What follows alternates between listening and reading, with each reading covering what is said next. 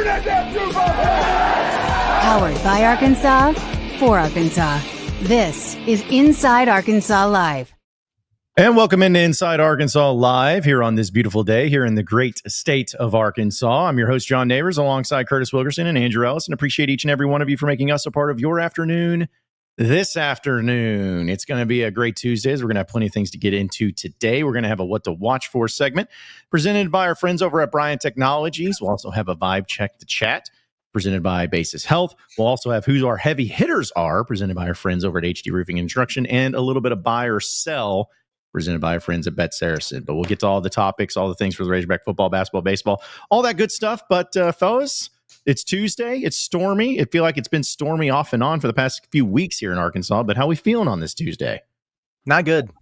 Just not good, man. I've had a bad 2.5 days here. So hopefully this is where it turns around. But I am transparent with the people. Not having a good day at all. Well, I'm sorry to hear that, Curtis. And yeah, they definitely looks like a bad day outside. But we move forward. John, you're dressed very well today. Like you look dapper. Thank you. Yeah. Well, you know, so there's certain occasions I like to dress up and, you know, look the part, that I know what I'm doing. And what better way than a collared shirt to really showcase that, hey, I'm a real person.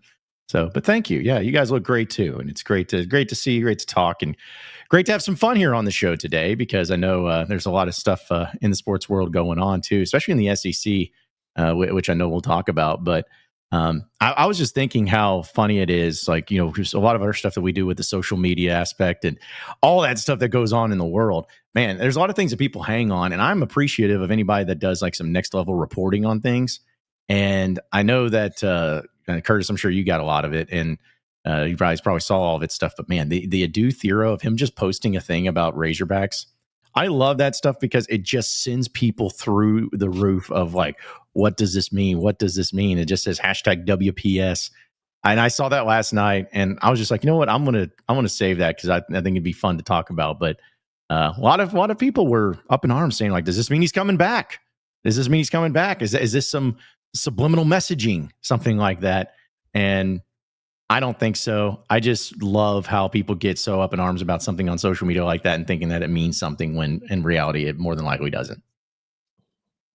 Yeah, I mean, if he was coming back, he'd say he's coming back. So cool to see that. I mean, what I like the most about it is just the way that Adou's kind of always embraced it. I feel like he was the first one, because it was weird for all those guys. It's just, man, we can be honest about the situation, you know, like being at Kentucky, your legendary coach leaves and you come over with him and you're trying to fit in a new place like that.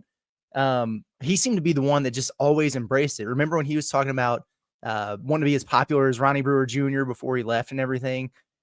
When we heard so many people throughout the course of the season when things were bad, and this happens when you're going through those moments of like, they don't care about being a hog or what, they're just mercenaries or whatever. And you never felt that way about him. You could make the case for other guys, but it was never Adou. And to see him put that stuff out there, and he had the one like in the Razorback jersey with Rupp in the background, you know, like when Arkansas was over there beating them. I thought that was pretty sweet, man. So it was really cool to see that, and I know it got everybody excited. And you know, it wouldn't make any sense to me for them to announce everything with Carter, for example, the way that they did with him testing the waters and maintain his eligibility. And then have Adou do the thing that he's doing. And there's no benefit either of just like sneakily leaving your options open. Like, I'm not going to tell anybody, but I just might come back to Arkansas if this draft. What does it matter? Like, he's not in the portal. You know what I mean? Like, he's either going to the draft or he'd be coming back to Arkansas. It's like, there's no benefit of not informing people of what you're trying to do there. So I get it. And it would be freaking awesome if it happened. Like, sign me up for that. But I'm definitely not reading into his Instagram post any more than I would be if he was, you know, posting about a new girlfriend or something else. It's just what guys do at the end of the season.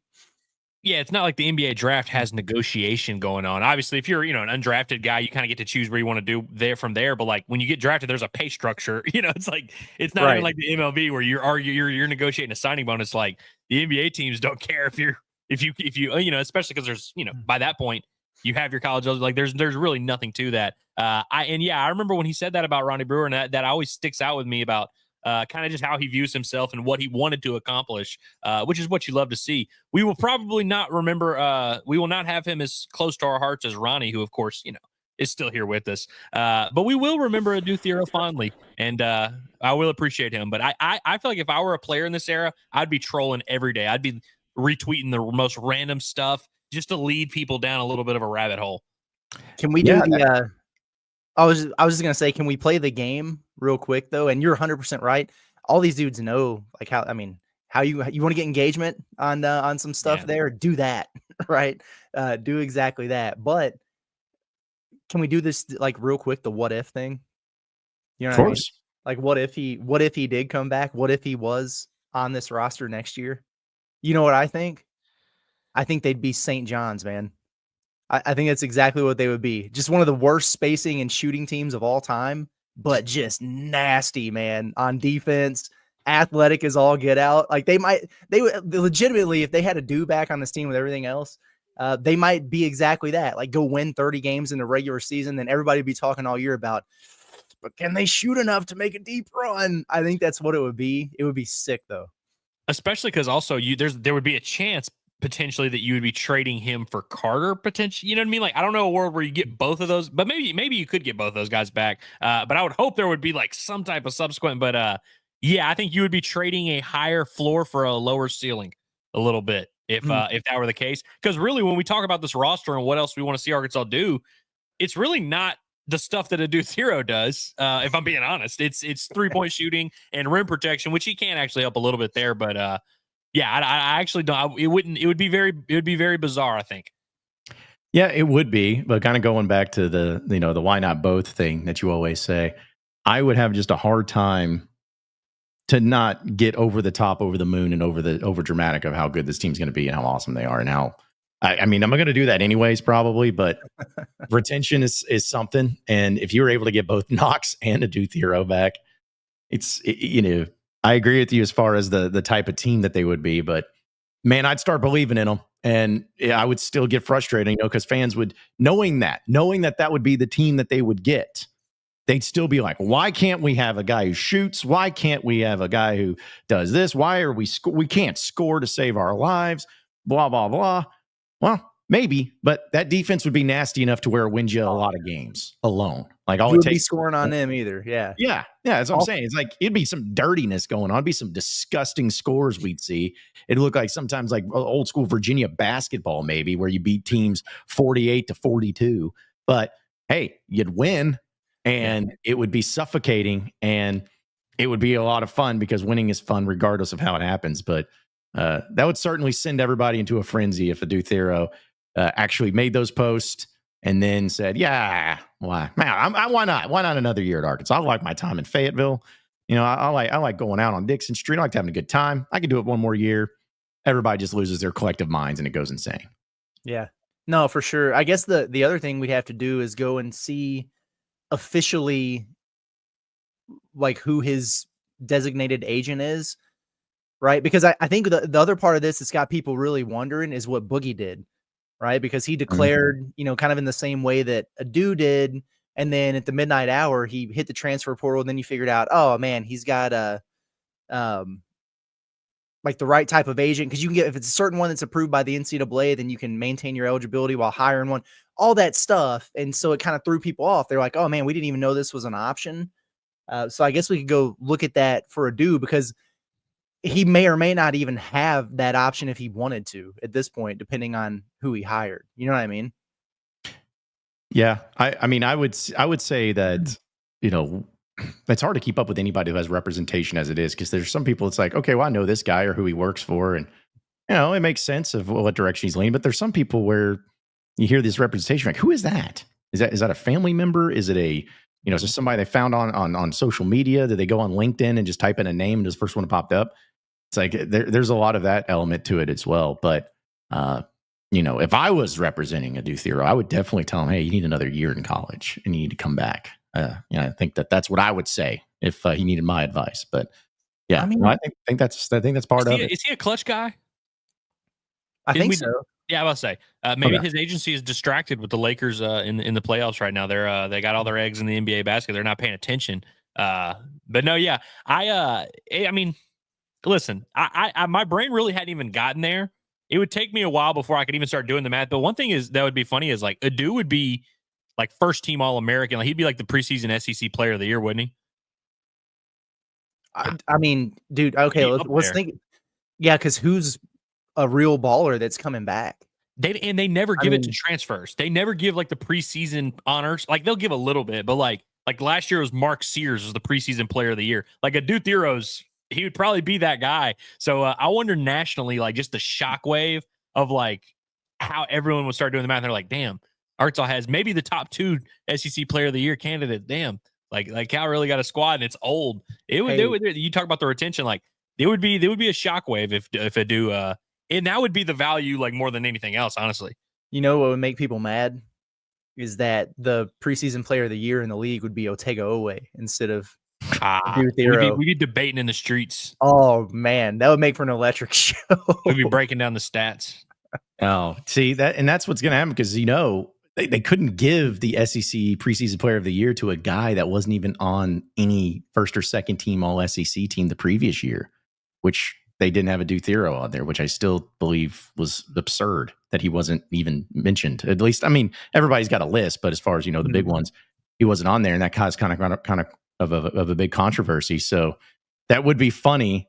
Them saying, "Well, he's SEC preseason Player of the Year," but we didn't feel like he was one of the top, what would be 13 players or however many they put on those lists from last season. So.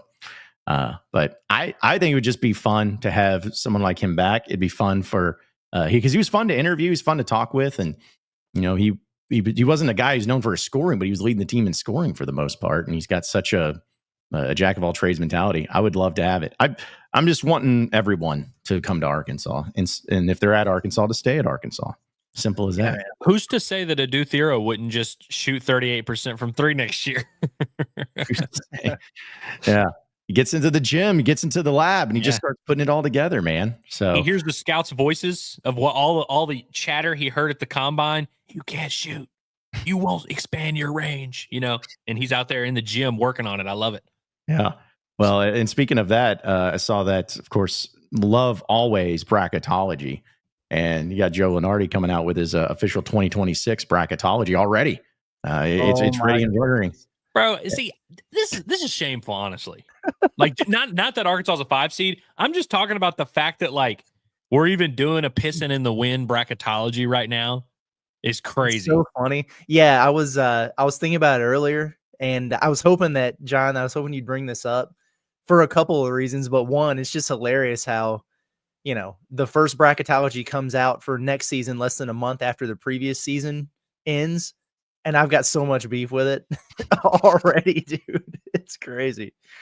Yeah. Well, I mean, I know that here's what I have beef with is that Arkansas is a 5 seed playing the 12 seed Yale. Is that what I have a beef with? No, it's the fact that it's in frickin' Portland. That's what I beef with. Yes, dude. It's like we talked about this. It's like the one thing. Just give us some sort of location that's not AIDS, and like you Portland over here. Nothing. It's the fine city of Portland. Don't cut that. But I'm just saying, we just called you AIDS, for travel. Like help us out of here a little bit. But yeah, they had them, and as a 5 seed playing Yale, and then if they'd have UCLA as the 4 seed playing Charleston, so could more than likely have an Arkansas UCLA matchup for that, but.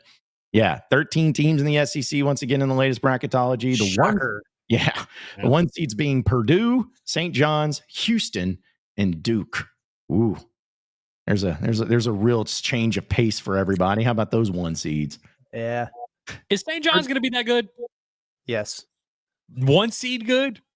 Yeah, I guess they are. They are also just going to they're going to never lose in conference play. I guess probably not. I mean, they're loaded. And they went out and got they needed shooting, and they went out and got a bunch of that. They got Ian Jackson in there now. What a concept. They replaced RJ Lewis, who's the Big East player of the year, with Bryce Hopkins, who might have been the Big East player of the year before or something. So they've done some nice work. They got that big man back. That's a monster. Brought in several guards that can actually make shots. I do wonder, like they're probably doing a thing where they're trading a little bit defensively to get a lot better offensively. So you never know how it's going to work, but that's what I pretty good. Is like it's not a scrappy team is what I don't like about it. No. Right. Like, is Rick Pitino going to hate these guys? He might. Mhm. Yeah, and it'd be an early pick for like an early exit. Even though I'm not saying they'd for sure get an early exit, but I'd probably be picking them that way too. But if you want to know, everybody, who the highest seeded SEC team is, it's Kentucky at a 2 seed. So there's that. I don't know. And I know people are really high on them. And even if I really thought that Kentucky was going to be awesome, I wouldn't give them that credit here on this show. But I'm not saying like, oh, I don't even know if they're a tournament team. I'm not saying anything like that. But there's a lot of top 5 in the country talk, and I don't know, man. I don't know if I'm seeing it. Here's what I honestly think is going to end up happening is Kentucky's going to be seated lower than that, but I think they will be a dangerous whatever seed they end up. Like they're going to be like a 5 or 6 that like nobody wants to see, like one that you could kind of see a path for the Elite Eight. Like I think they're going to be more dangerous, but I don't think they're going to like dominate the SEC regular season. Yeah, well, I don't know. It's like you're talking about if you're going to have 13 teams. Let's just say this is all true. You're going to have 13 SEC teams in the NCAA tournament again. I have a hard time believing that Kentucky's going to just be far and away the team that's on top of all of that and being the 2 seed. Where at the end of the day, considering, because what that shows is that it's going to be a good conference. You think it's going to be a highly competitive conference once again. Maybe not as good as this past year, but you're going to have that many NCAA tournament teams, and you still have to play 18 games. And after all that, you look at all the teams that are in the mix, and you're like, oh yeah, Kentucky is the one team that I feel like is going to be there, because he also has at the 3 seed Tennessee and Florida being at the 3 seeds there. So it's not like it's a huge gap, but still, I don't know. Even if I felt like you said, Curtis, even if I felt like they're going to be good, I just don't know if I can just easily say, oh yeah, Kentucky. If I had to place a bet on who I think the top seeded SEC team is going to be next year, I just don't think it's going to be Kentucky. The league is going to be so different. Like this past year, a lot of the excitement around the SEC was just so much returning talent. Like Tennessee had Ziegler and those guys. Alabama had Mark Sears and them. Auburn had Janai Broom. Like there was all that at the top. And then there were teams like Arkansas and Kentucky who had a lot of talent, like went and completely rebuilt rosters, through the portal or whatever. And now it's like there's very few really, really good players from last year's SEC coming back. A lot of these teams, like Auburn, is pretty much in full rebuild mode. Bama, they've got a few guys coming back, but like not their studs. Tennessee, like a lot of these teams are flipping their rosters, and then it's Arkansas, who has everybody coming back, and it's going to be, I don't know that it'll be equally as deep and dominant as it was, but it's going to be a really, really good league again. It's just going to look entirely different, man. It's going to be crazy. Yeah, there's not a ton of super safe bets. Like all of these teams, we can reasonably assume, like Tennessee, I can reasonably assume regular season Rick is going to end up having a good enough team to, at least be in the mix somewhere in the 2 to 7 seed range. They'll make the tournament and be good. You could probably say the same about Bruce Pearl at Auburn and really going down the line. But like you said, last year, you had all these teams that coming into the season look like juggernauts on paper. Auburn, Alabama, Florida, who we weren't sold on, but preseason, there were a lot of people that were like, hey, this team, like, loaded roster. They've got all this. And it clearly ended up being that way. Like, there's definitely not that SEC team this year, but there, one of these coaches is going to have a roster that's way better than we realize. And it just might be John Calipari, everyone. Hey-o. Yeah. Might be Arkansas. We might be the most stable option. Why not us? Why not now at this point? Because they have, looking at it now, you have Ole Miss being the last 4 in SEC team that's sitting there. First 4 out, they have Texas A&M. And then the last 4 buys also have Georgia there into the mix too. So you have some, again, what random teams are there in the SEC? They got Missouri at a 6 seed too, which, I mean, okay. It's only because they're returning dudes. Like Mark Mitchell's coming back, and he's one of I think there's 3 or 4 all SEC guys that could potentially come back, and he's one of them or something. Yeah, that's weird. So I guess it was A&M, South Carolina, and LSU who weren't in this projection, I think. Yeah, so. I'm surprised A&M was that. They had them first 4 out or whatever. I think A&M is about to go a crisp like 5-13. It looks like they might struggle, man. Who else? Oh, I think I was wondering if this is going to be like a one-hit wonder thing for Oklahoma. They've actually done some nice work in the portal. Like they look like a tournament team to me again. It's Georgia that I think is going to have a backslide. Yeah. I mean, I thought they were going to stink this year too. Yeah, I mean, honestly. Yeah, they got Texas as an 8 seed with their new coach. Alabama's a 6 seed, sitting there with that. Interesting. Which okay, whatever. Vanderbilt is an 8 seed. Mississippi State is a 7 seed. All right, and then you have also what was the one I'm missing? Oh, yeah, you had Oklahoma as the 9 seed playing Oregon as an 8 seed. Gotcha.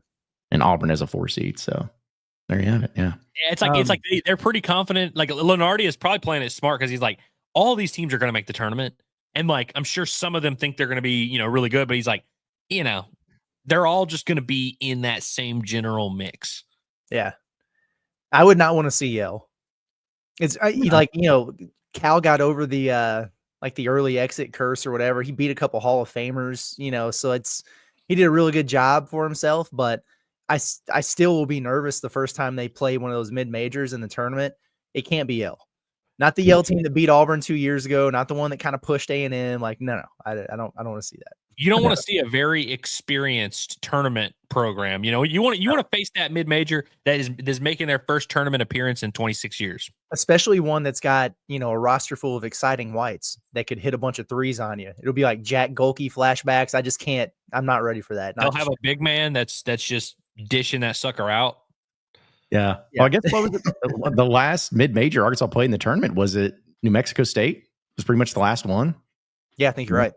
I mean, it's not like to say that was such a long time ago, but this year obviously playing Kansas, St. John's, Texas Tech. Then previous one, of course, you start with Illinois, and then you beat Kansas, and then you faced UConn, and then so I guess New Mexico State. So it's been a while since you faced one of those teams, and even Vermont was one of those that you faced in the first round of that year, which was tough and difficult. So. Yeah, as weird as it is, don't give me the mid majors that are known for being giant killers. Give me the Kansases of the world. Let me play them first round.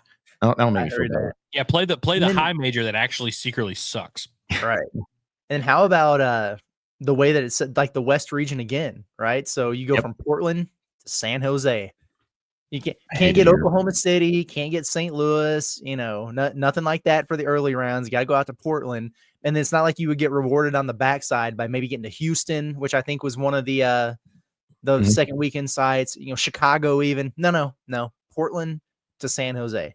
And I'm pretty sure that's probably far enough away to where it would be a flight. You know what I mean? It's not like you could go there and drive to the other one. It'd probably be a pain in the butt. Like I was getting triggered for John just looking at that.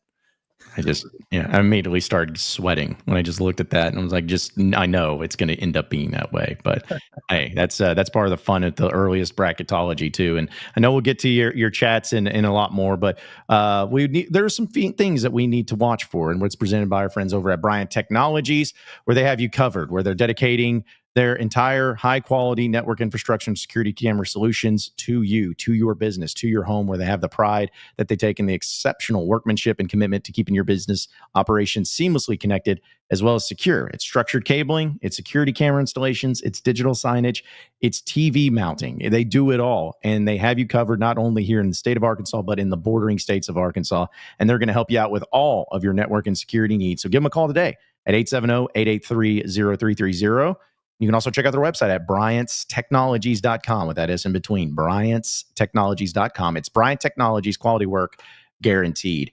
So guys, I wanted to kind of use that as a segue and discussing this part of it too, because Brand Marceau was reporting it from the ACC, where he's reporting that they are strongly considering shrinking their conference basketball schedule to help boost the league's NCAA tournament profile. Increasing expectation is it will be done per sources. And I had to read that, and I had to read the headline. I read the story, and I'm like, is that really just going to be what's the thing that's missing? From the ACC, which has been known historically for having great franchises or great programs in college basketball. But now that the SEC surpassed you in 1 or 2 years, you're like, we got to figure this out. We got to do something crazy. So we got too many games in conference, though. Too many games in conference. We got to stop that. I just think this is really dumb, and I don't really understand the logic behind. I get, like, if you want to increase, decrease, whatever, but the logic for saying you're doing this to get a better NCAA tournament profile makes no sense to me. John, I'm so glad, dude. You're nailing it. By the way, with the topics today, this is literally basically what you're saying is we want to play less conference games each year because we have expanded our league with a bunch of teams that suck, and it's dragging us down. I mean, that's exactly it. That's exactly what they're doing. This is beta behavior, in my opinion. Think about the SEC, like, 10, 12 years ago or whatever, when they were, Cal talks about it all the time. It's like, well, we're getting 2 teams in, and I was begging for 8, but we really didn't deserve it, whatever. But the memorandum from the league was like, yo, you guys have to start investing into your basketball programs. And they went out, started forking over a bunch more money, pumping into facilities, getting better rosters, getting really, really good coaches into the league. And look at them now, right? And the ACC, on the other hand, is like, we suck. We're killing ourselves because North Carolina, couldn't find a quad 1 win in this, hot dog of a conference. So now we got to make some changes out here. What good is that going to do you if you're not putting forth the resources? You know what I mean? It's like, okay, we're going to drop from 20 league games to 18 league games. All that means is you're going to get your ass kicked by 2 SEC teams, just like you did this past year. That's not going to help you. What they should be worried about is, can North Carolina become North Carolina again? Can, Will Wade do his thing to make NC State a relevant program in there? Can Virginia get the train back on the tracks after being horrible? Can Syracuse, who's historically been a great basketball program, sniff the NIT for a change? I mean, what is going on over there? I think that's so weak, man. It's unreal. Oh, how the mighty have fallen, man. I tell you, it really wasn't, like you said, not that long ago. We all agree the SEC is the best basketball conference at this stage. They're coming off a crazy year where it was historically dominant. But really, like 4 or 5 years ago, it just wasn't the case. Our SEC's done a great job of hiring some good coaches. There's been a lot that's kind of led to that changing of the guard. But like, it really wasn't very, very long ago that the ACC was kind of looking down on the SEC. And so it's just crazy how quickly the dynamic shifted in college basketball. And we're used to the SEC dominating in a lot of sports, pretty much everything. But basketball was always kind of the one where, the East Coast really kind of had that. And the SEC just was like, you know what? We play basketball now in the Southland. Auburn and Alabama, good. They're good now. Like, you just got to deal with it. And I kind of love that, man. There was an SEC chant at the fights this weekend, John. I don't know if we told you that really early on. I don't know why there was an SEC chant. Random. But like, honestly, that's what you like to see. Pride in the conference. We've successfully conquered a new territory. Yeah, well, some people hate the SEC chant. I think it's more just fun to troll, and that's how I look at it now. It's just people like to troll. But here's my thing on this: I wouldn't have said that this was a right move or that it would have been correct. But if they would have said we're scaling back the games from 20 to 18 because that we've added Cal and Stanford and SMU, the travel is tough. It makes it to where you got to have this additional thing. I would have been like, that's lame. But at least it would have been somewhat sensical. It would have been like, okay, well, you're saving money at least on a couple of trips, and maybe you can be more flexible with the schedule. You should have just said that. Even if you meant this, you should have just said that we're doing it to try to help out our travel and our student athletes and their mental health and all of that stuff. You should have said that instead of being like, we want to do it to boost our NCAA tournament profile. Like, that just sounds like a group of people that has been on top for a long time in basketball. And now they're starting to get left behind a little bit. So they hit the panic button of like, well, what do we do? It can't just be, we can't look inwardly. We can't say it's got to be us spending more money and having more resources or getting more serious about it. No. It has to be something. Well, what do these other conferences do? Well, the SEC's only got 18 games, boss. Oh, well, let's go to 18 games because if the SEC's doing it, it's working. It's obviously that's the only reason why they got great at being basketballs. They had 18 SEC games. That's just a weird approach. That's a weird response to trying to do all this. But yeah, I saw Brand Marcel's report on it, and it's just, I don't know. I felt like, okay, like, is those 2 games is the NCAA tournament committee going to be like, I'm really glad they went to those 18 games because they were still at 20 guys. I don't know if we would have gotten any of these teams in, but they're 18. Now we could put them in. It just seems so dumb. Yeah, that's crazy, man. Really good point there, John. Like, there were ways to do this and accomplish your goal without looking incredibly soft and weak as a league. Yeah, and they do. And it's shameful because isn't Notre Dame technically in the ACC too in basketball? Yeah, that's still a thing. Okay. Sometimes it's hard to keep up with that. They should have because I know it's been conference realignment's been crazy and everything, but I always felt like they should have just added UConn if they ever had the chance to do it. I don't know if they even tried or if UConn even wanted to be, but I always felt like that would have been a good team to add. Could have helped, but yeah, low key, the Big East, low key a better basketball conference.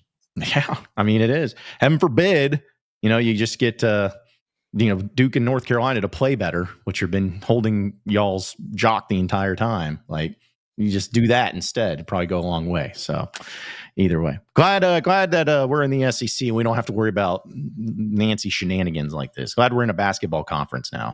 Peasants.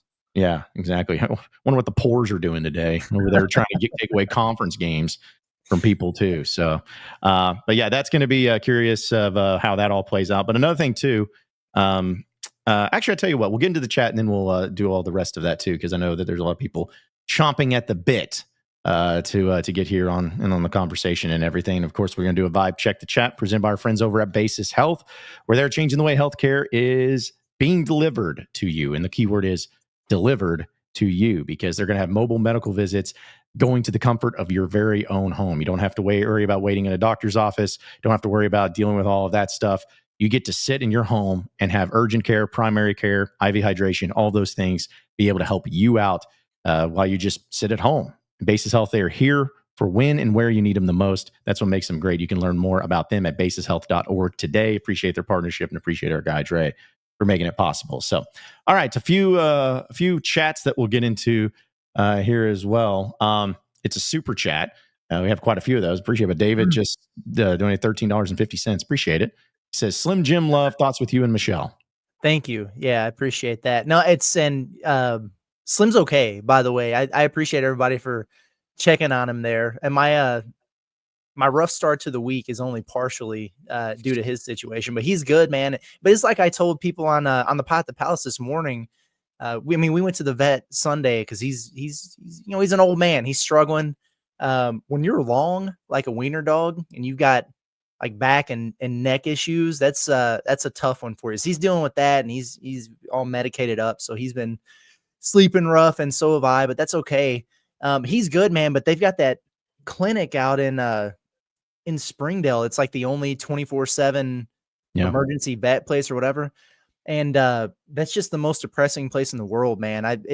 We were there for like 7 hours, and fortunately, like our dog's good. He's going to be all right. He's getting up there in age and stuff, and that's sad. But just sitting there, and so many people came in with really, really bad situations, and pets that had to be put down, and just everybody's crying. It's almost like being in an ER, for people. It was really sad. But no, I appreciate it. Slim Jim's hanging in there.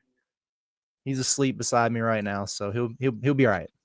Well, that's good to hear. It was cool to see the chat. They were like piecing it all together. You could see them uncovering the mystery of like, oh, Curtis said he's having a bad day. Well, I heard him say something about the dog, and they're like, wait a minute, something happened to Slim, man. Well, you could see them doing the math there. So I'm sure they'll appreciate that update. Yeah, they all are very invested, and they all pay attention. They all listen, then try to piece everything together. So, but Fishman also says, hey, Curtis, hope whatever is going on gets better, dude. And Andrew, I'm calling a Texas sweep for the Razorbacks. I hope. I would feel a lot better if they swept Texas. Literally, all the misery ends, all the pain and suffering in the world ceases to exist if they just go out there and dominate this weekend. And I'm going to talk about that a little bit today on the Bombastic Podcast. Not that, but really how they kind of have to. I hate to say that, guys. They have to go out there and win this weekend. Yeah. But also Fishman, I know he's missing his pup as well. Yeah. Yeah. And also we have Quinn, our guy Quinn, coming in hot with his super chat. It's good to have you back, Quinn. But he says, talk about Joe Lenardi says he has Auburn as a 4 seed. I actually take it as a compliment considering we replace so much. He also says he projects us in Tampa. I would take going to Tampa. Oh, dude. Yeah. If you're an Auburn fan and they got you in Tampa, that's a pretty good situation. Yeah. As a Razorback fan, I would take Tampa 100 times out of 100 over Portland.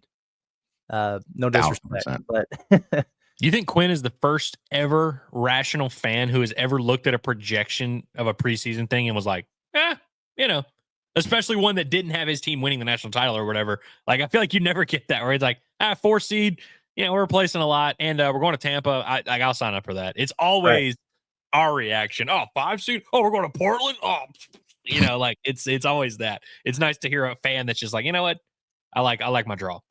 Yeah, because I'm one of those that when I saw Arkansas draw, I'm like, oh, come on, man, on that low. No, and you were right to do so. Yeah.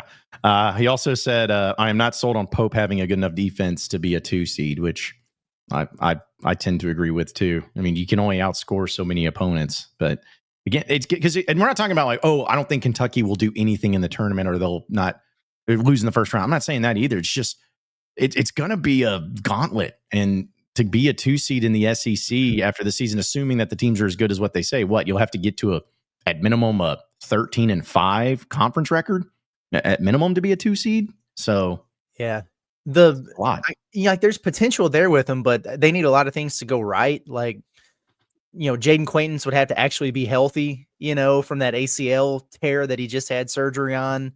And not only that, he'd have to be a better version of himself. Like Mo Diabate is I think a really nice player. But he's a 6 man at Bama. So can he take the next step? Denzel Aberdeen, just, he just won a national championship at Florida. But he's a backup there playing 20 minutes per game. You need him to be a better version of himself.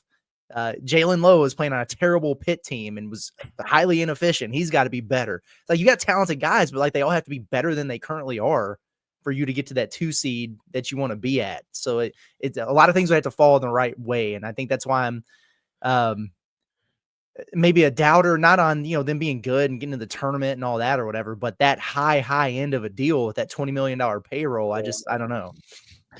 Yeah. I mean, I know Mark Pope is obviously always going to have an offense that, shoots a lot, and they're going to put up their points. They might be worse offensively though, right? I think so. Shooting wise, they seem to try and kind of have a different roster. Like, they clearly were like, hey, we're going to replace what we were missing last year in the portal. But I feel like they may have given up some shot making. Yeah, see, I look at it from just, even if I didn't know anything about the team, just knowing about what a team has and if they're losing everybody and replacing them, it's just like with Kentucky, I just have a hard time automatically being like, oh yeah, offense is better, because their offense was good. I mean, they scored a lot of points, not enough against Arkansas, but I just replacing so many players and just immediately saying like, oh yeah, it's gonna be fine. They're gonna be just as good, shooting just as good, if not better. It's just hard to really just make that jump and feel that way about it too. They also ran off the best player in the history of their state, and Travis Perry, and they expect to get better after doing that. The missing ingredient. Yeah, he didn't have enough confidence in himself, I guess. Let's see, Karma Duke. Appreciate the super chat. Goes, I'll be a bomb Friday and Saturday. Hopefully the Hogs figure it out, because I really hate cussing around the kids in the hog pen. I mean, honestly, I feel like the hog pen's kind of one of those places that if you're bringing your kids, you kind of understand. Like, people aren't going to look around and be like, oh, wait, we can't be vulgar people in the hog pen because there's a child here. Like, you just have to know that, like, folks are going to do what they're going to do. Yeah. If there were ever a bunch of unwritten rules about the hog pen, that'd be one of them I'd throw out there. Be like, if you're taking your kids, don't just expect everyone to be like, oh, well, the kid's here, we better watch it. Imagine like you're going to like a tailgate or like a sports bar, is something like that. Just imagine you're doing that. And if you want to keep your kids away from that, then go get you an actual seat over there. That's kind of it's the national divide between the regular seats and then the hog pen. It's a whole new city out there. They gonna play baseball this weekend, Andrew? Yeah, they're gonna play baseball this weekend. They might, I don't know, maybe they will just avoid the series altogether. That would be kind of funny if Arkansas just ended their regular season. I mean, they did just avoid a midweek. They did. Ducking. They called that sucker early, man. Yeah. We'll talk about that in a second, because that's something that a lot of people have their own theories on. But yeah, we'll definitely do that. Okay, a few more chats here before we get into that. Let's see. Also, okay. Mike said, Curtis, I'll sing you a song to make you feel better. If John would turn on the phone lines, I think it would help. You tell me, Curtis, would Mike singing a song to you via the phone lines help with you? I don't know, man. That's a risky proposition. I'd appreciate it no matter what. If anybody ever said, if I was down and somebody said, what if I sang you a song?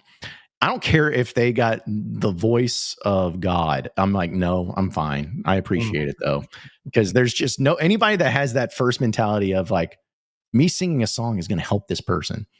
I'm out on you. Like, I can't deal with that, man. Just can't deal with it. But all I really need when the vibes are down, sometimes just to hop on here, it kind of gets forced on you, even when you're not feeling it, when you're not at your best. So I'm good now. Good. We bring out the best in everybody, is what we strive to do here on this show. So, all right, just a couple more here, real quick.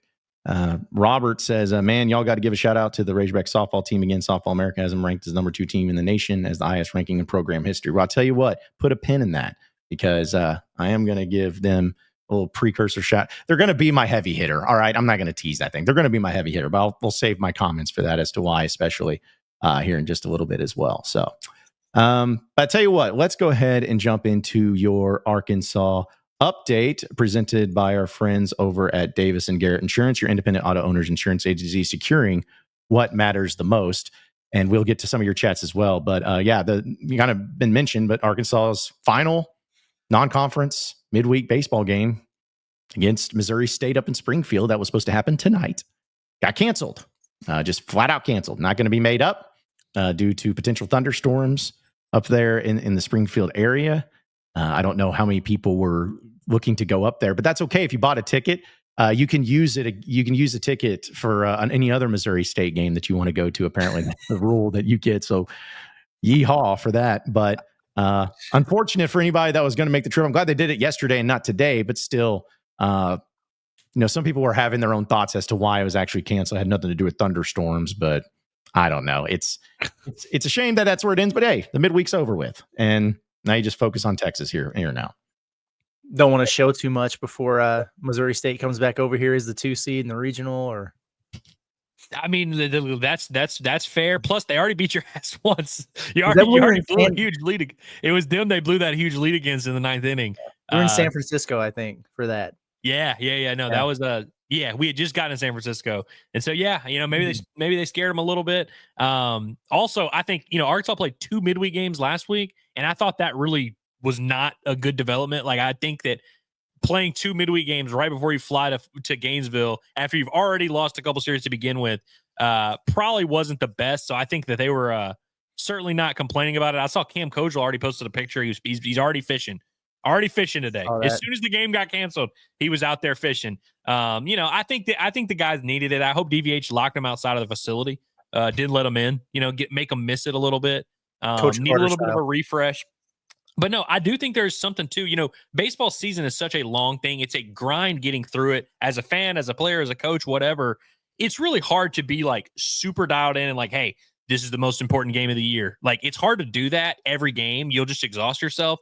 And so I do think there's something to, now these guys know every game we play from here on out is an SEC game against a very good team, or it's going to be postseason. Like, that's right out. I mean, sometimes those are going to overlap. There's something kind of like probably freeing and exciting about that, knowing that, like, hey, non-conference is over and it's over earlier than we thought. Here we go. And so I think it's a nice little refresh point for this team, and they'll soon be done with Class 2, which will be another fun part of that equation. Once you get done with school, then it's really time to play some baseball. And so I think for this team, like, you're always trying to kind of mentally trick yourself into things as a baseball player. You're superstitious. I think that's a good moment for this team to like refresh, hit the clock back, move forward. Everything that's happened these last 3 weeks, F it. See, that's how I am. Like, some people may, if you're upset because you were going to the game or you already bought tickets to the game and you don't want to reuse your tickets for another great Missouri State game, I get that. Like, that's totally fine. But anyone that's upset of saying like, oh, they're ducking, they're scared, they're doing all this, whatever. Like, here's my deal. Would this game, if Arkansas won or lost or whatever, would this game help them get to Omaha? No. Like, to me, it does nothing for you. And if it doesn't happen, I don't think it hurts you either. Like, it's not like, oh man, I was thinking that they were going to beat Texas this week, but now they canceled their midweek game against Missouri State. I'm not so sure. Like, it's not changing anything. And I'm with you, Andrew. I feel like sometimes just to, shut down the engines, get yourself back to neutral. They've been having a lot of times this year. And, I've never played major baseball at a high level in college or anything like that. But, there's been times this year where they've had to play 3 games in like 36 hours. There's times that they had quick turnarounds where they had a Tuesday series, which is what was going to happen this week, a Tuesday game, and then they have to turn around and play a Thursday starting series. Like that's a lot to be going through and being back and forth and the travel and all of that. So, as you're saying it's weenie stuff and, that's just, it's loser talk. Okay, whatever. But I look at it as if it helps them get mentally to where they need to be, especially since they've been in a little bit of a slump, then I'm all for it. And I have no problem with it. It's not like they said, well, we're canceling the Texas series. Like, shut up. It's one game up in Springfield. And I don't think that they're going to drop in the rankings for not playing it. I don't think that Dave Van Horn's going to suddenly lose his mind, be like, I don't know what to do here, so we're just canceling the game. Some people just need to take it in the big picture and just realize it isn't really that big of a deal. Simple as that. So that's all I got to say about. I mean, hell, the last time they went up to Springfield, they got their ass whooped. I remember it was like it was in a tough stretch of the year where they lost. They got swept by Georgia, then lost in Springfield. But then they ended up sweeping A&M on the weekend. So maybe they should have tried to.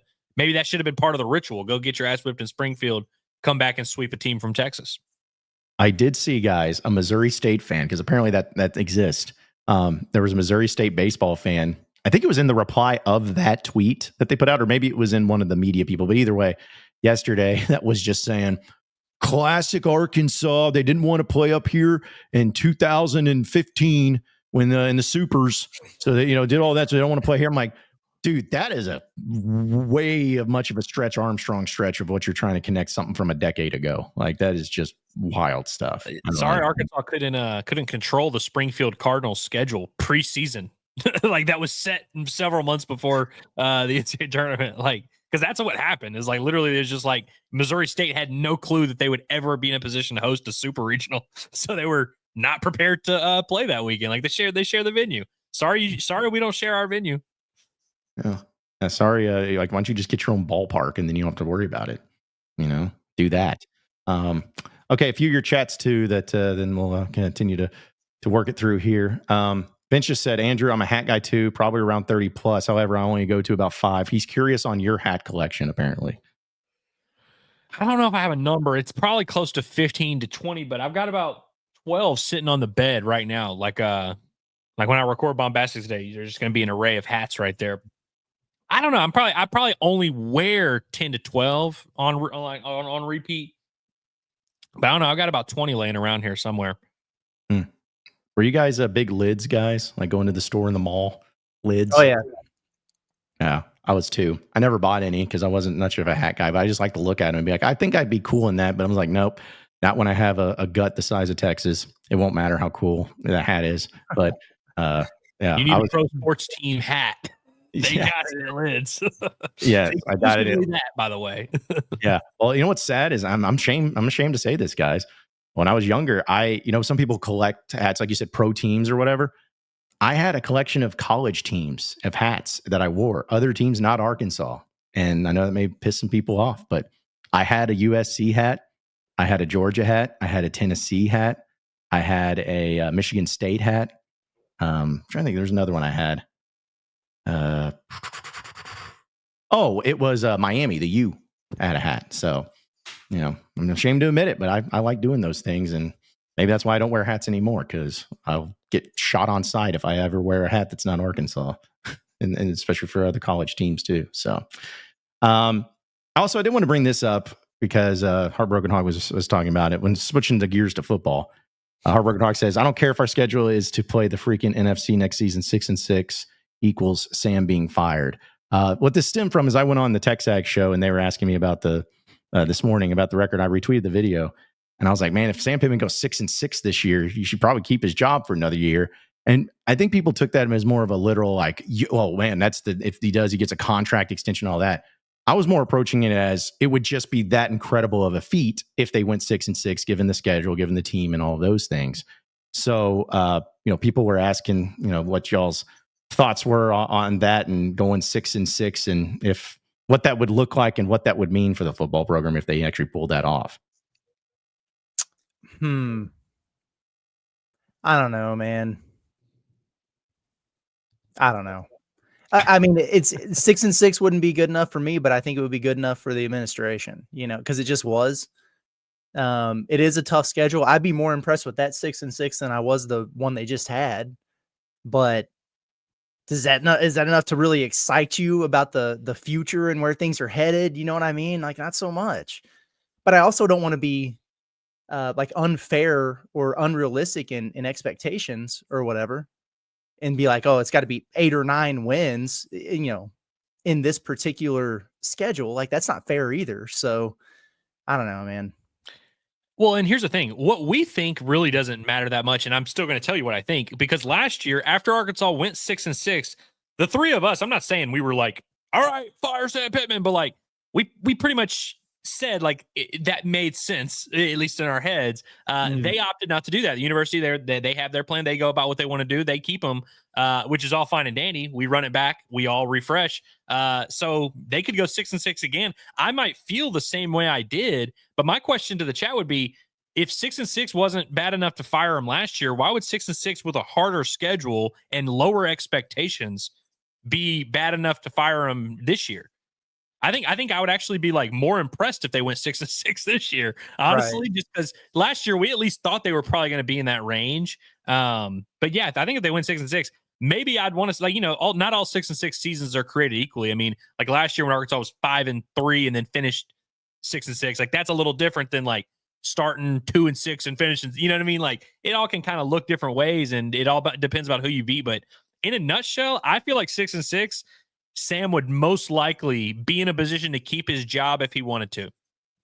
Yeah, and let's be honest about it too. If you were going 6-6, the most likely look of that with the schedule would be you beat the first game against Alabama A&M, you beat Arkansas State, and you beat Memphis on the road, and then you don't beat Notre Dame, but you have those 3 wins, and then in conference play you got to get 3 more, and that would be Mississippi State, Auburn, and then like maybe some random one that you're not supposed to win, kind of like last year against Tennessee. Like maybe you finally beat Missouri or something stupid like that. Like I don't know, but that's what it would look like. And I'm sorry, say if they beat Missouri finally, say if they finally did it. If that's your 6 wins, and I'm like, oh, great. Like there was no great win, great exciting thing or anything like that. But if it's mixed in with, oh, you beat Texas A&M at home, or if you go on the road and found a way to beat a team like Texas, something crazy, or maybe beat Notre Dame home. Yeah, it would change some things. It would change the thought processes there. So, but still, that's a long ways off, and I'm glad that everyone's still super pumped about football. So great. But I tell you what, we'll go and continue with the chats. We'll also get into our heavy hitters here, presented by HD Roofing and Construction. So we know the storms are coming in right now. I mean, it seems like every other day, if not every day, storms are getting hot and heavy here in the state of Arkansas. Well, what's the first thing the storms are going to hit in your home? Well, it's going to be your roof. So that's why you got to make sure your roof is protecting you. And whenever those storms hit unexpectedly, that's what HD Roofing and Construction can do. They can give you a free inspection and give you peace of mind. And when you choose HD Roofing, you're going to get all the professionalism, all the top quality materials, all their expert installation, all the best of the best for all of your roofing needs. And you can contact them today at 501-428-0429. And you can also check out their website at hdarkansas.com to get all the information you need to making sure your roof is safe, sound, and secure and ready to roll. So shout out to HD Roofing. And honestly, before we get to our heavy hitters, I wanted to bring this up too, because our guy Garrett, of course, again, appreciate the super chats, just kicking in the Ville this weekend. Got to catch a beer with the boys. Shouldn't be catching beers. You should be drinking beers, my man. Come on. Do both. Do both. Toss him one and then he chugs it, Stone Cold style. That's what he used to do. So, but yeah, we appreciate it, Garrett, and look forward to hanging out with you and everything. But I'll go ahead and I'll start with my heavy hitter real quick. I already teased it a little bit, but Razorback softball, gotta give him a shout out. Number 2 in the country. It's great. I want to continue to do it. Courtney Deifel's done a great job, all of that. But I wanted to bring this up. This was pretty cool. You have a billboard for Bree Ellis, Andrew's cousin or sister or mother or whatever, daughter or whatever it is. Wow. Yeah, just all over the place there. But just a billboard up there saying the best player in college softball resides in Bogle Park, with a big Bree up there. So, I saw that. I was like, that's pretty cool. Billboards are always cool. There's very few things that are cooler and a big like flex than if you're on a billboard. So that's good stuff. I just hope that this one goes better than the Bear McWhorter billboard. I'm just hopefully it ends up better than that. I was just about to say, we've had some bad luck with Razorback related billboards, with the Bear McWhorter one and the Sam Pittman fired one. Yes. This is a lot better than that one. I support this cause a lot. Yeah. And also to add, I've been on one billboard in my life, and things didn't go well on that either. So yeah, it's just, avoid the billboards. The billboard's one of those things that's cool in theory, but if you had a run of bad luck with them too, that's pretty rough. But I just want to give a shout out to like her, to softball, to her being on a billboard. I don't know if that was part of her NIL deal or maybe it's just a cool idea that they had. I didn't see where that was located exactly. I don't know if they actually put it where it was located, but I assume it's on 49 somewhere between Fayetteville and Bentonville, somewhere like that. But anyway, really cool thing. Shout out to them. Keep it going, keep it moving, get in those big series victories. And that's my heavy hitter, is the Razorback softball team. I like that. I like that a lot. I've got two real quick. One, Elijah Arenas. Good updates on him, man. That was the USC commit, son of Gilbert Arenas, who had the accident there in the Cybertruck and was in the induced coma for a few days there. And sounds like he's going to be released from the hospital with no major injuries and everything. It's big. That's really good news, man. I'm so happy to hear that. That's so scary. And I think about, just like getting ready to become a father or whatever. And there are a lot of things probably. And I know a lot of people in this chat are parents or whatever. Probably a lot of things about that scares you, like certain milestones in life or whatever. But as I think ahead, it's like when my child starts driving vehicles, I'm going to be on edge the entire time, man. So there's that part of it, but I just really happy because, man, doesn't it just feel like those situations usually don't turn out well when we hear about them? And this sounds really promising. And if he's able to move forward and continue his basketball career without a hitch and just life in general, that's really good news. So shout out to him for being a tough one, man. Love that. And then the ultimate heavy hitter, it's got to be the silverback gorilla, right? I mean, we're having this conversation about how many John Neighbors will it take to defeat a silverback gorilla. If we're having this conversation, then you know that this is the goated animal of the kingdom. Where's this coming from? Did I miss something? Like, is it like some viral thing I don't know about? I don't know where it started, but it's just been dominating Twitter. Everybody's been doing the 100 somebody gorillas. said something about like what could 100 dudes beat up a silverback gorilla, and then it's just evolved in this whole conversation. I read an entire thread about, and I don't know the scientific term for people who study the ape kingdom or whatever, but this dude who does that has got like a degree in it, and he had like this 30 tweet thread about why it actually probably wouldn't take 100 men to defeat a silverback gorilla. It might take 30 or whatever, and if you get through the first few and secure his arms, and then you might have a chance or whatever, and like where his weaknesses are. But it's evolved into this entire long drawn out thing. It's been hilarious to follow. Did y'all watch the Planet of the Apes movies, the good ones that were like fairly recent? Like I guess it would have been James Franco was in the first one. Andy Serkis played Caesar. Did y'all watch those? I didn't. I heard good things. A lot better than the one with Mark Wahlberg in it. I know. Yeah, I was gonna say I have not watched the new one. Right. The new ones are way better. There's 3, or I guess there's 4 now, but the fourth one is like set like way after. But the first 3 are it's a nice little trilogy. But and it's basically just gorillas. Not gorillas. Just all monkeys just taking over everything. I mean, apes. They're taking over. It's a planet of apes. That's what it is. But I guess it's my turn to do my heavy hitter now. I've got I got to talk about Gage Wood. Spoke about him, of course, on the Bombastic podcast. We talked about that a good bit, but I thought him pitching really well was a very big development. It's crazy, dude, when he came back. So Gage Wood's always been a big time like name that ever since he got on campus. He's from the state of Arkansas, so you have people that are like, "Oh, I know Gage Wood, or I've seen Gage Wood pitch. He's going to be the man." And so there's a lot of excitement about him as a freshman. He ended up being a closer for Arkansas as a freshman. So he right away became a very polarizing player for being good, for being a freshman from Arkansas that was good enough to close games. And then as it is with any player, the more they're in the limelight, the more we find things we don't like about them. And people, I feel like in the last year or so, he's kind of gotten turned on a little bit by the fan base a little bit, but there's a lot that like really still love him. He's become, I don't know why it becomes such a love-hate thing. It should be just all love. I mean, he's the man. He eats salmon. He throws 98. Like, it's all fun. But when he went out with injury, he became even more polarizing because you had one half that were like, hey, this is the savior of the pitching staff. Then the other half, they're like, no, that guy sucks. Well, when he came back against A&M, I had so many, like, I talked about my frustration with people tweeting weird stuff. So many people that were like tweeting at me that were like, I don't know why you or anyone else expected Gage Wood to like be good. Dude just throws absolute meat. I don't understand. Like, he's never been good. And I'm just like, what are we basing that off of? In fact, Gage Wood's been good since the first time we saw him as a freshman. And he's even getting better. I mean, he's a guy that was throwing 92, 94 last year and had a dominant fastball. That sucker was 97, 99 the other day. And Arkansas's got a lot of flamethrowers on their team. What he was throwing was different. You think the difference between 98 and 100, like, it's all kind of the same. But with the way his thing was moving, it looked completely different than Christian Fauch's 99, 100, which is pretty firm, kind of maybe even has a little bit of sink to it. Gage looks like it was in a rocket going to the sky, bro. It was crazy. He was getting swings and misses on fastballs that were a foot over the dude's head because of how much it was moving.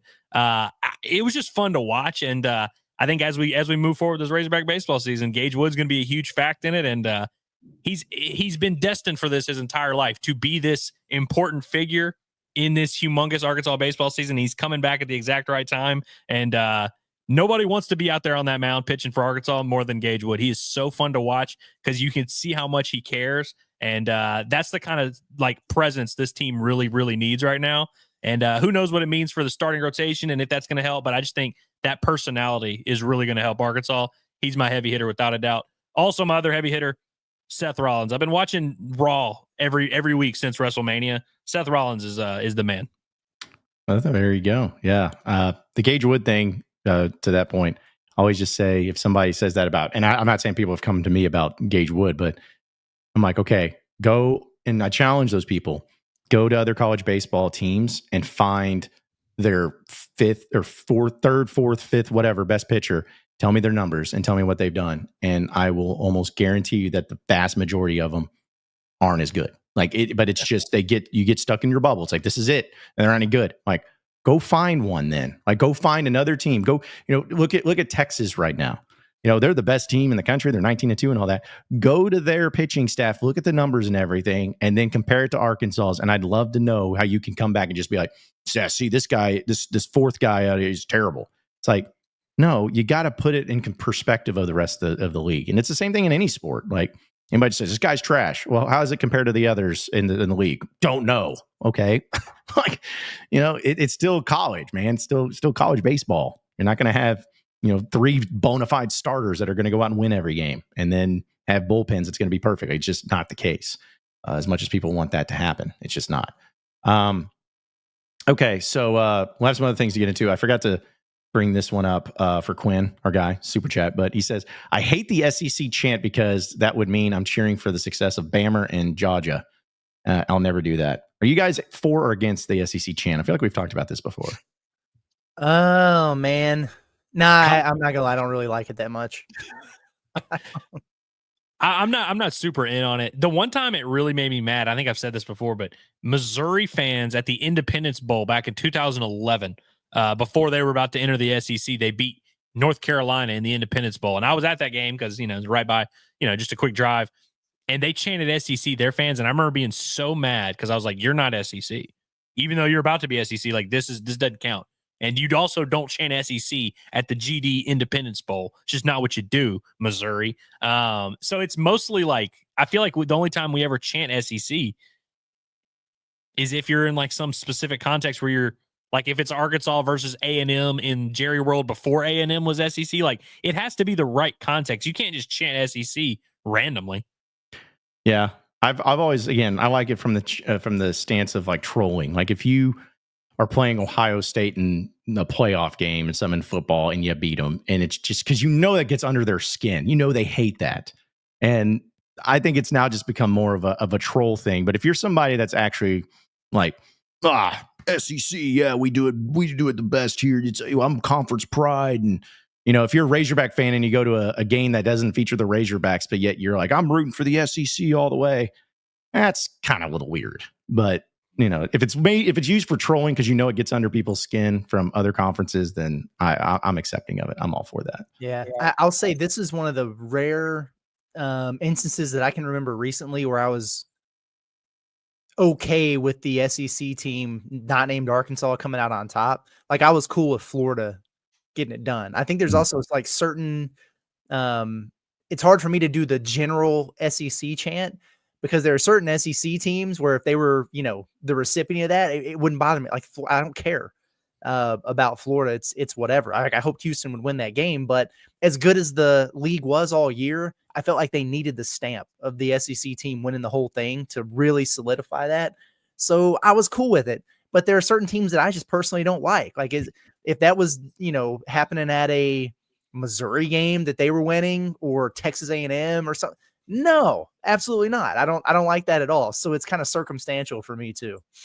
See, and I think now that I really think about it, I think the only context in which it really makes sense is if you're playing a game and you're against a team that's not from the SEC, and it's like you have to be really whipping their ass.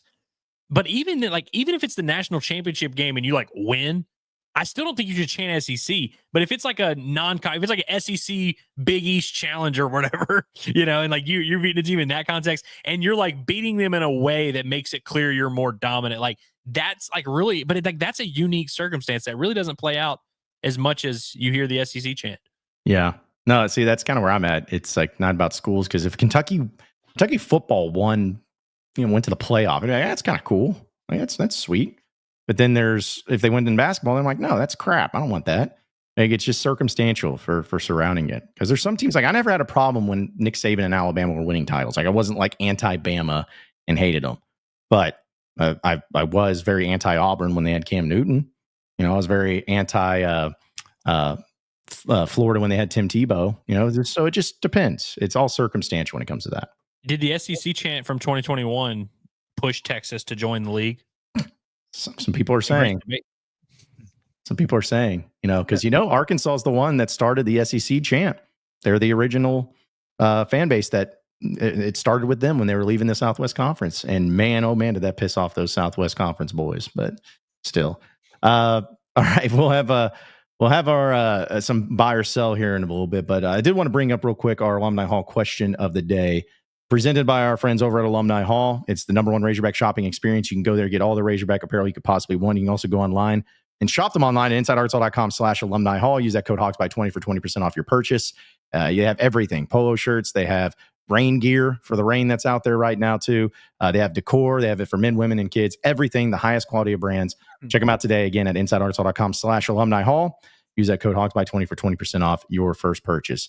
I know we've talked a little bit about that, so we don't have to get too much into it. But I asked this question to prove a point. This is one of those things where I'm not just throwing it out there to see what the fans are thinking. Yeah, but I wanted to prove a point. The question was, for those of you who are not excited about the Razorback football season upcoming, what would it take for you to get excited about it? And the choices were big roster moves and additions, in-depth reports of camp and what's going on, the season just getting here, or other. And people listed them. And there was quite a few people that were listing out, fire Sam Pittman. That would get me excited. Fire the staff. That would get me excited. All this stuff that was really extreme. That would get me excited. And there's people that are like not excited. I'm like, yeah, thank you. That's why I asked the question for those that are not you. So had a lot of those responses. However, 50% leading the way is the season just getting here. That's what's going to make people excited. And that's what won the vote far and away. So I asked that question to kind of say, hey, a lot of you are upset. A lot of you are pissed off. And not to say this is the most accurate thing, and this is for sure what it is. But for those of you who are so fired up, I'm not excited. Fire everybody, blah, blah, blah. 50% of you said that once the season gets here, you'll get excited about it. So just throwing that out there for all of you who, kind of feel like you're yelling at clouds on a couple occasions. So I feel like that's where I'm at too. I'll be excited when the season gets here. Yeah, I will. I love football, man. So I'll be pumped up for it, and I want them to succeed. I don't know if they've put everything they need in place to do that at a high enough level to appease everyone, but I know I'm looking forward to it. What I won't do, and maybe that'll change. Maybe we'll get to SEC Football Media Day, and then I'll change my tune or whatever. But just the ultimate grain of salt with literally everything that comes out of camp. Because that's what gets everybody. And I talked about this a lot on Hog Sports. I remember this is when people would really get mad at us because we would go out there and we'd have our practice reports or whatever, but you only get 10 minutes, or what. So you're really not seeing that much. But then every day you get a position coach or you get players, right? And the position coach is not going to tell us how much his guys suck, right? And the players aren't going to talk about how much their teammates suck. So all the quotes that you get are positive. So then the stories that you write to generate content for your websites are all positive. And then people are like, oh, you overhyped this team. What the hell? And they get so mad about that. But it's like, we can only work with what we have. And so you ask questions about, hey, what have you seen from this guy or this teammate, or where do you feel like you've improved? They give you that information and you go off exactly what they're telling you. And so people get so mad at the media about overhyping football every single year. No, it's not that. I mean, you only can go off what you go off. And so I hope people pay a little bit closer attention to, our predictions and the conversations we have about how we think this is really going to go, and not just read every story about how,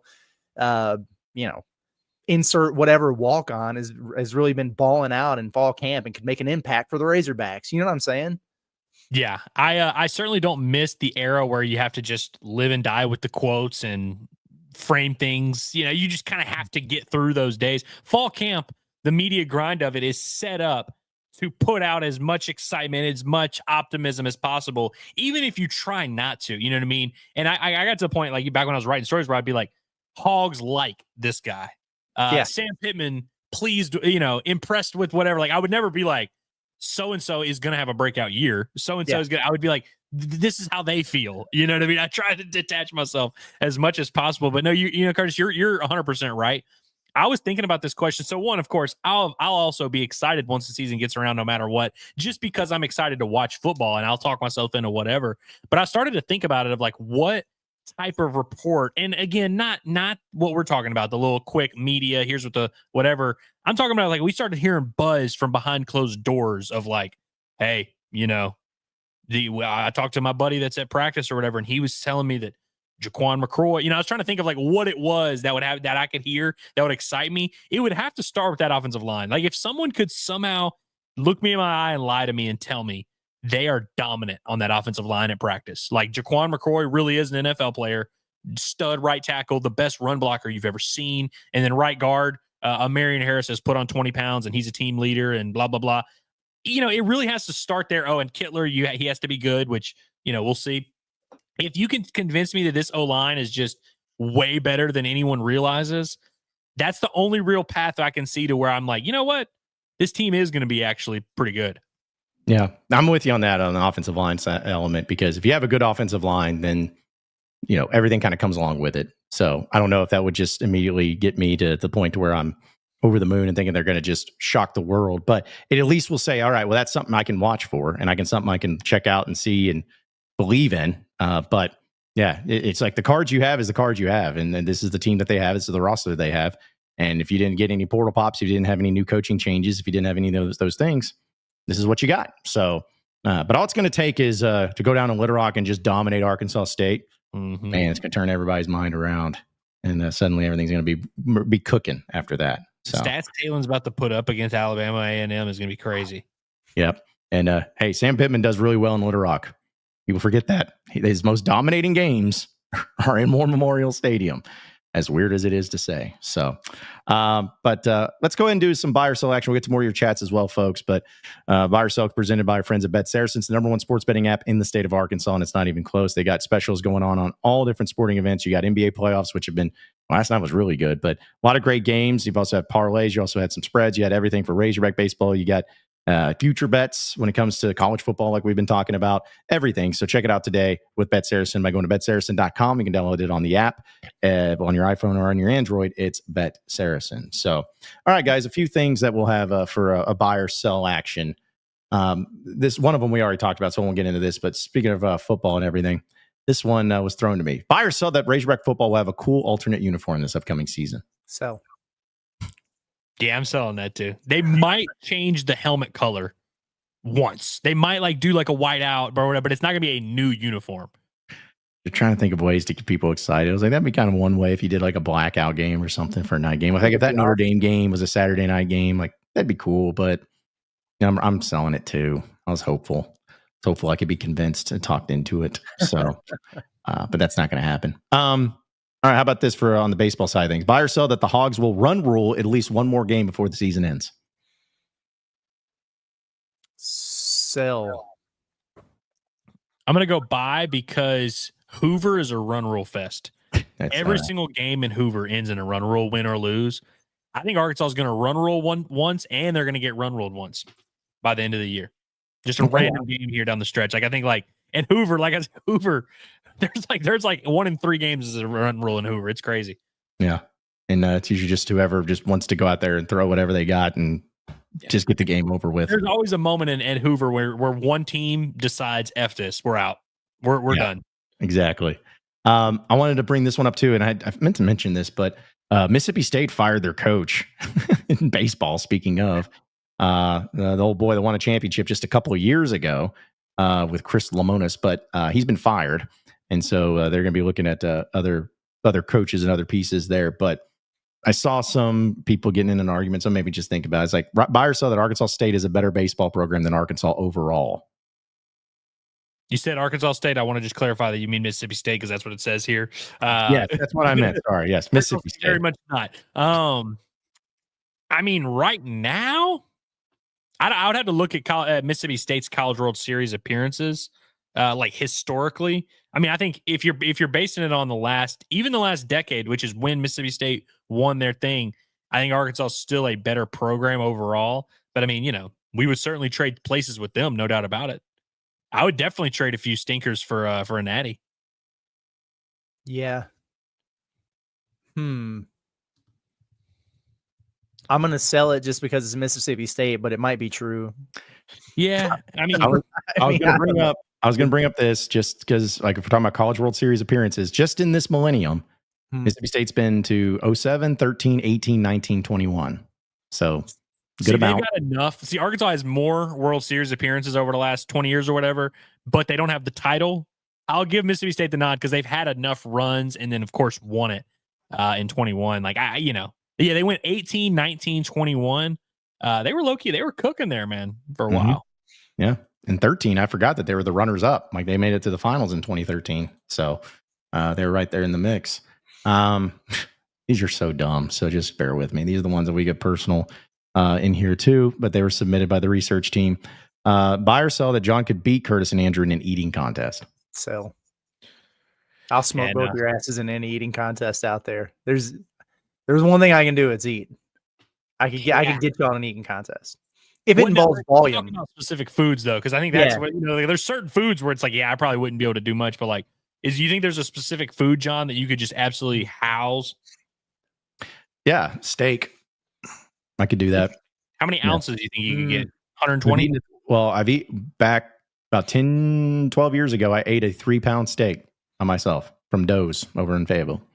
So impressive. I've never been to Doe's. Really? I've been to the one in Little Rock, weirdly enough, not the one in Fayetteville. On Dixon's really good. If you ever get a chance, good steak. I mean, it's just like, hey, here's steak, tamales, and fries. That's all we got. So, what you mean? Did you?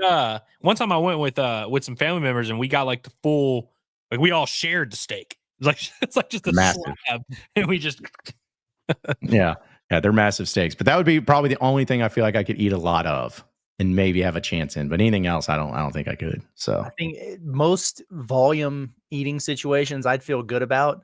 And it's not that I don't like heat or can't handle it, but I can't do a whole bunch of it. I get the hiccups, man. So if it was like a hot wing thing, that's where I could be got, I think.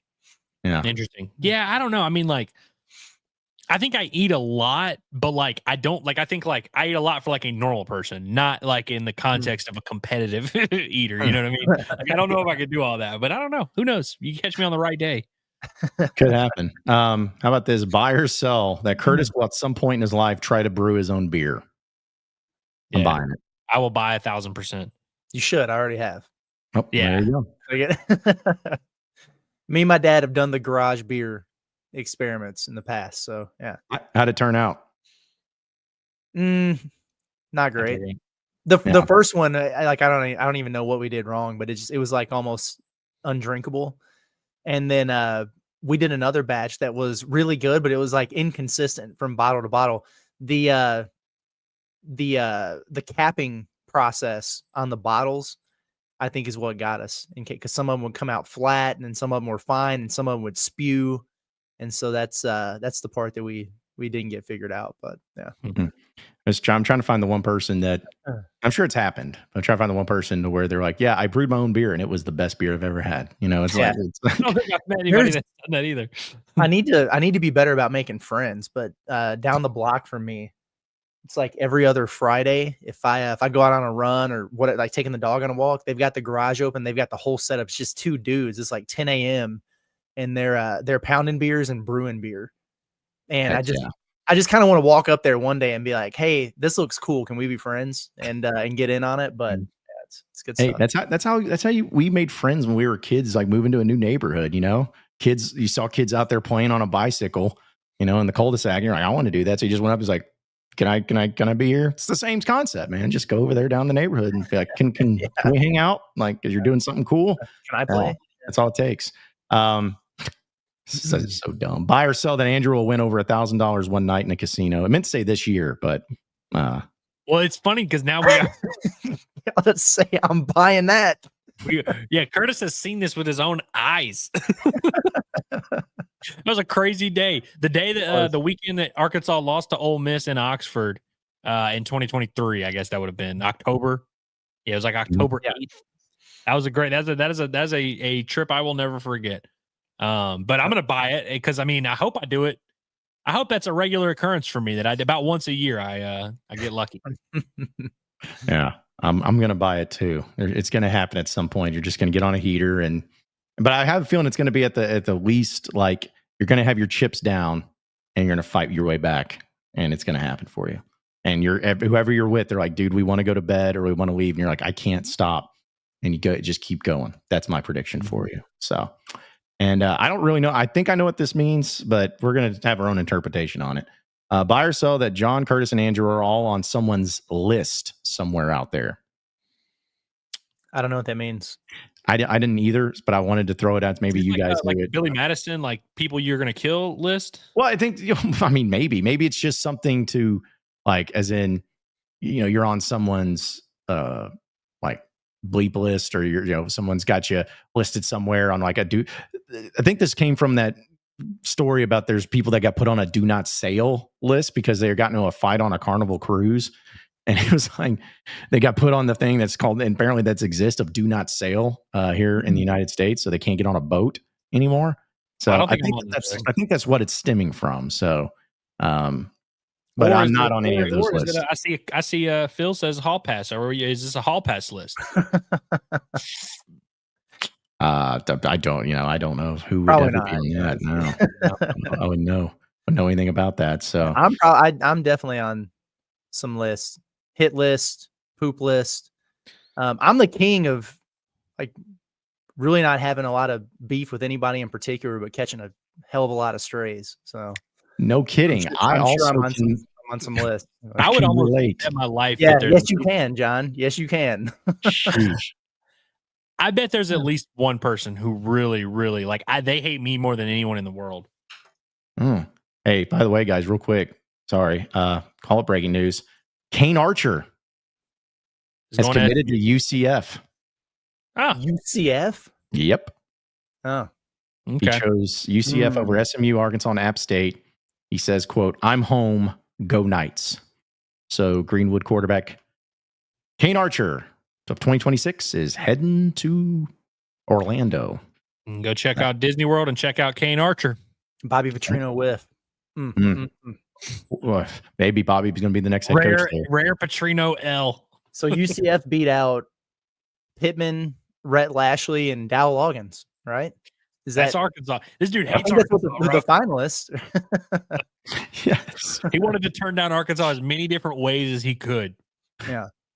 Oh man. Yeah. I didn't even think about it that way, but yeah, he just hates Arkansas guys. Apparently he wants no Arkansas connection, which is so funny because Gus Malzahn was literally the coach there last year, and could have had that there at UCF. But man, that's unfortunate. It is what it is, but it's also a commitment too, folks. So the least surprising development of all time. Like Kane Archer was the guy that I know everybody's talked about in the state, but like I don't follow recruitment that much. every single person I've talked to that's followed any part of his recruitment, none of them have at any point been like, yeah, no, it's him in Arkansas, man. Yep. It has a chance of happening. That is not a statement I've heard. No. Is this going to be another crash out moment for frustrated Razorback fans? Well, dude, there's a lot of people in the state who feel like they were like, this is a must get. You got to get him. Yep. Man, here's the thing: is he's good. He may be a good player, a great player, even. But I don't know. I've just soured so much on high school quarterbacks because who knows if they'll even stay at their spot. So, and they're not. Almost none of them are going to be an 18-year-old true freshman starter in a major conference. Like that just isn't going to happen. So. Who knows? Like you could see something where Kane Archer goes to UCF and then Arkansas has this and then Sam Pittman moves on and they get a new head coach, but then he enters into the portal because he wants to come home to Arkansas and then boom, he's your quarterback. Like that could 100% happen. The Jacoby Criswell method. Yes, the Jacoby Criswell. Bring him home. And that could absolutely happen. So, I get why people may be upset by that because you always want your in-state kids to stay home. But hey, it's his decision, and at least he's going outside the conference and going to Orlando. Maybe he just likes Disney World or something like that. So, anyways, wanted to pass that message along there as well. Let's see a few chats before we roll out of here for the day. Appreciate everybody hanging out with us and talking with us and everything. I wanted to bring this up because we're talking about billboards. Phil Minstrel said, was there a Devoville one too? Yes, there was. In Jacksonville, there was a Devo. Was it Devoville? I guess it was. But yeah, that was a good one. That was actually probably one of their more successful Razorback-related billboards. Yeah, because wasn't it one where he's having like his arms out and like he was stretched out across the entire billboard? I think that's what it was, if I remember seeing it when I was in Central Arkansas. But yeah. Let's see. Also... Razor Shark says, buy or sell John Curtis and Andrew start up a band and call it the Wild Drunk Hogs. I'll sell that. I'll go ahead and answer that. Not a bad idea, but I'll probably sell it too. Yeah, it's like that's so specific. Like, what a band? Like, are we musically gifted here? Like, could we even form a band if we wanted to, of an ensemble of instruments and singing? I don't know. Did anyone play an instrument? No, I knew a couple chords on the guitar, but I was always bad at it. Yeah. My dad is a drummer. I am not.